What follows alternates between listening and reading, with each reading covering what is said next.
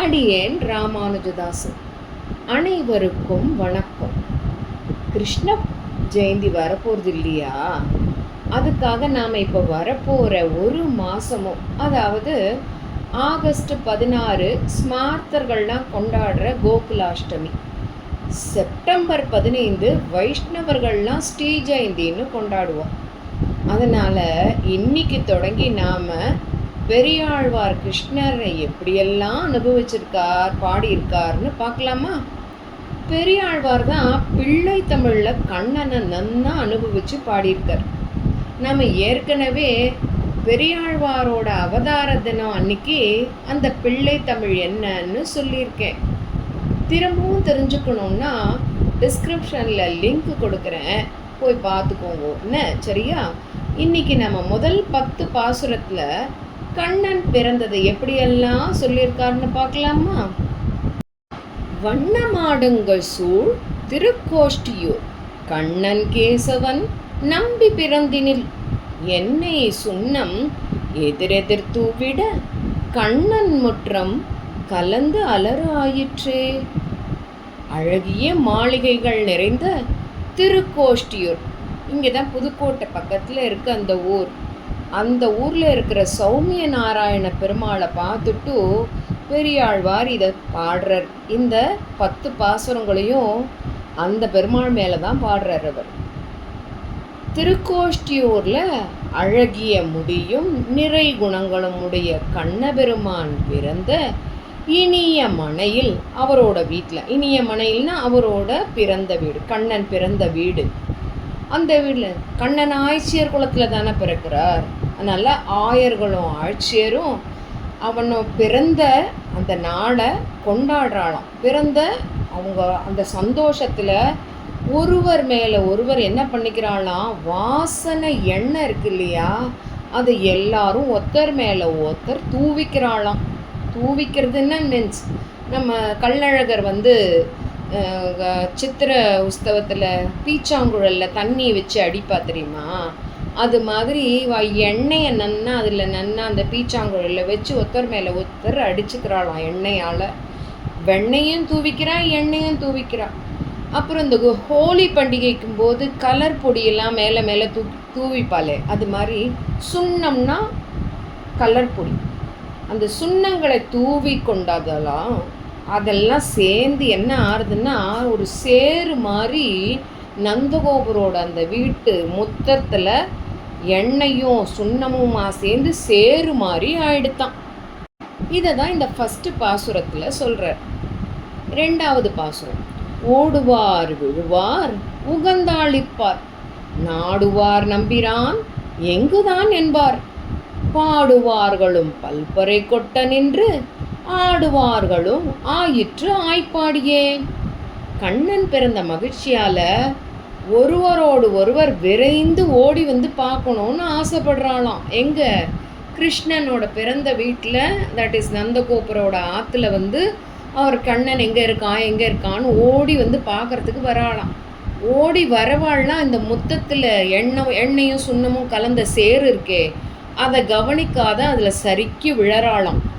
விழுந்தவா, ஐயோ அங்கே சகதி இருக்குது அங்கே போகாதன்னு பின்னாடி வரவாளுக்கு சொல்கிறாளாம். அப்படின்னு இவா என்னமோ அதை காதில் வாங்கிக்காத இவா ஓடி வராளாம். ஓடி வந்தால் இவாளும் வழுக்கி விழறாளாம். ஒருத்தரோட ஒருத்தர் கிருஷ்ணனை பார்க்குற சந்தோஷத்தில் அந்த சேத்த கவனிக்காத வழுக்கி விழறாளாம்.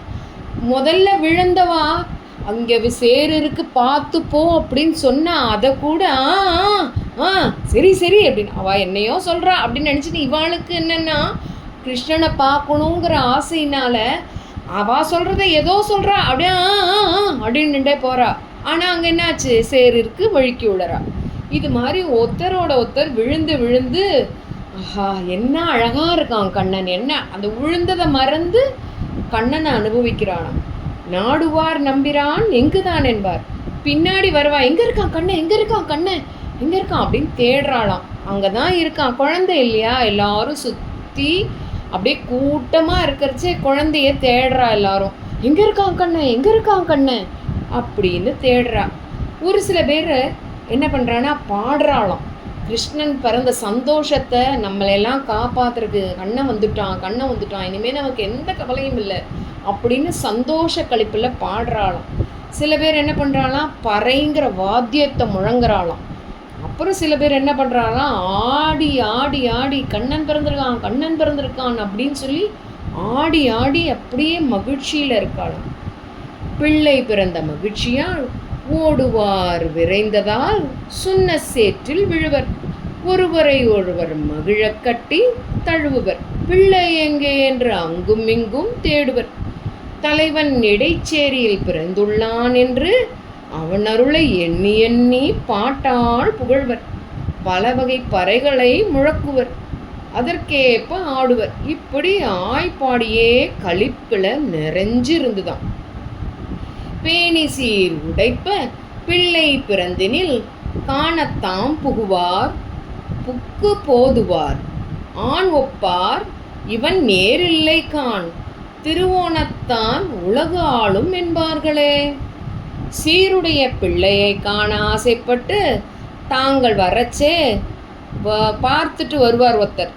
இவனை பாத்தியா அப்படின்னு கேட்பான். என்ன ஒரு அழகான குழந்தை, அப்படியே அந்த ஆண்மை அவனோட முகத்தில் தெரியறது. இவனுக்கு நிற்கார் யாருமே கிடையாது. இந்த திருவோணத்தில் பிறந்தாவனே இங்கே பிறந்திருக்கான் அப்படின்னு சொல்லி ஒருத்தரோட ஒருத்தர் அப்படி சந்தோஷத்தை கொண்டாடிக்கிறாளாம்.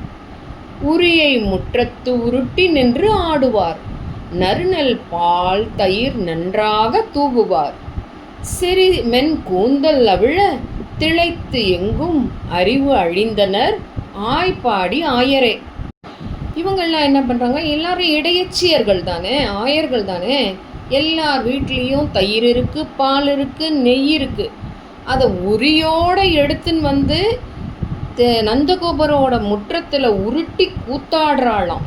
நல்ல பால் தயிர் நெய் எல்லாத்தையும் இந்த பிள்ளைக்காக நல்லா, இவன் தான் நம்மளை காப்பாற்றுவான், இவனோட அருளை வேண்டி எல்லாரும் என்ன பண்ணுறாங்க, அந்த எண்ணெய் தயிர் நெய் எல்லாத்தையும் உருட்டுறாளாம்.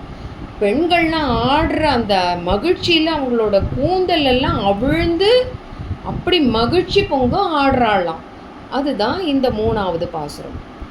கொண்ட தாழ் ஊறி கோல கொடுமழு தாண்டினர், பரியோலை சயனத்தர், விண்ட முலை அரும்பு அன்ன பல்லினர், அண்டர் மிண்டி புகுந்து நெய்யாடினர், கயிறுகளால் அமைச்ச உரிகளையும் கூர்மையான கோடாரிகளோடு கூடின தடிகளையும் தாழப்பாய்களையும் உடையவர்கள். அவங்கவுங்க வீட்டில் என்னெல்லாம் இருக்குது அப்படிங்கிறத சொல்கிறார். அந்த ஆட்சியரோட வீட்டில் என்னெல்லாம் இருக்குது அப்படிங்கிறத இந்த பாசுரத்தில் சொல்கிறார். பிள்ளையை கண்ட மகிழ்ச்சியால் முல்லை அரும்பு போல் பல்வரிசைகளை உடைய மகளிர் நெருங்கி புகுந்து ஒருவர் மேல் ஒருவை நெய் பூசிக்கொண்டு ஆடினர். அந்த ஆட்சியரோட பல்லெல்லாம் முத்து போன்ற பல்லாக இருக்கான்.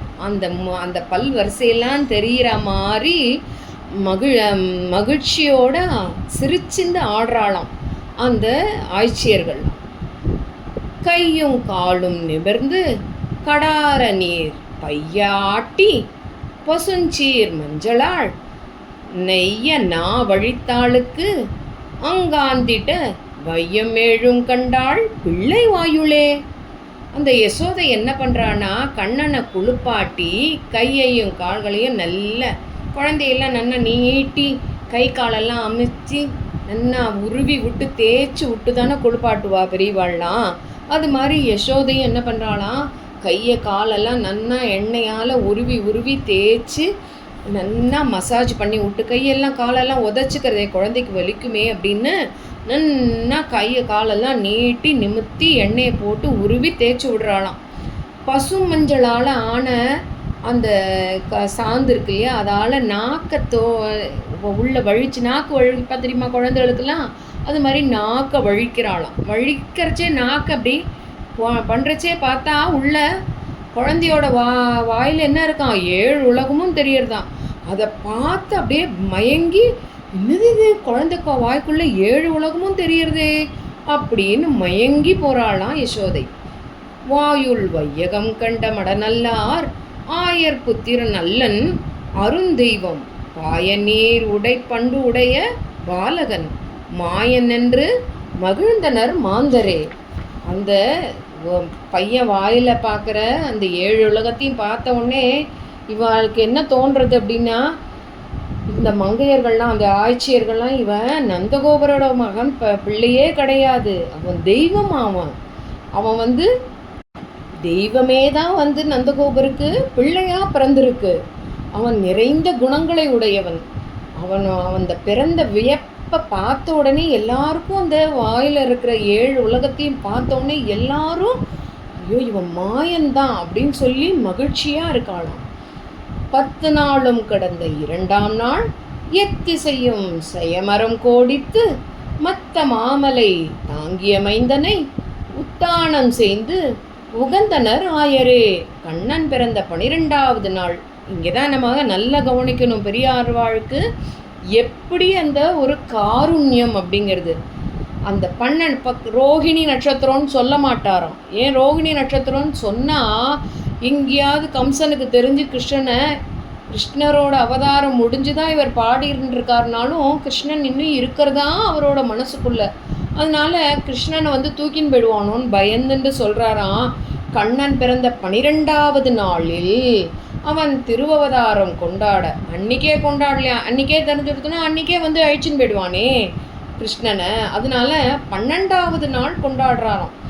இடையர் எல்லா பக்கங்களிலும் கொடிகளெல்லாம் அப்படி கட்டுறாளாம். இன்றைக்கி நம்ம அரசியல் தலைவர்கள்லாம் வரைச்சே கொடியெல்லாம் கட்டி இது பண்ணுறாளே, அது மாதிரி கிருஷ்ணன் பிறந்ததை கொண்டாடணுங்கிறதுக்காக எல்லா தெருக்கள்லேயும் வீடுகள்லேயும் கொடியை கட்டி அந்த பசுமாடு மேய்க்கிறவாள்லாம் என்ன பண்ணுறாளாம், இவன் தான் நம்மளை காப்பாற்றுவான், பின்னாடி வந்து கோவர்தன மலையை தூக்கி பிடிக்கிற கை, இந்த கை தான் நம்மளை காப்பாற்ற போகிறது அப்படின்னு சொல்லி அந்த கையை எடுத்து முத்தமிட்டு போகிறாளாம் எல்லாரும். கிடக்கில் தொட்டிலில் கிழிய உதைத்திடும், எடுத்துக்கொள்ளில் மருங்கை இருத்திடும், ஒடுக்கி புல்கில் உதரத்தே பாய்ந்திடும், மெடுக்கல அமையாள் நான் மெலிந்தேன் நங்காய் அப்படின்னு யசோதை சொல்கிறா.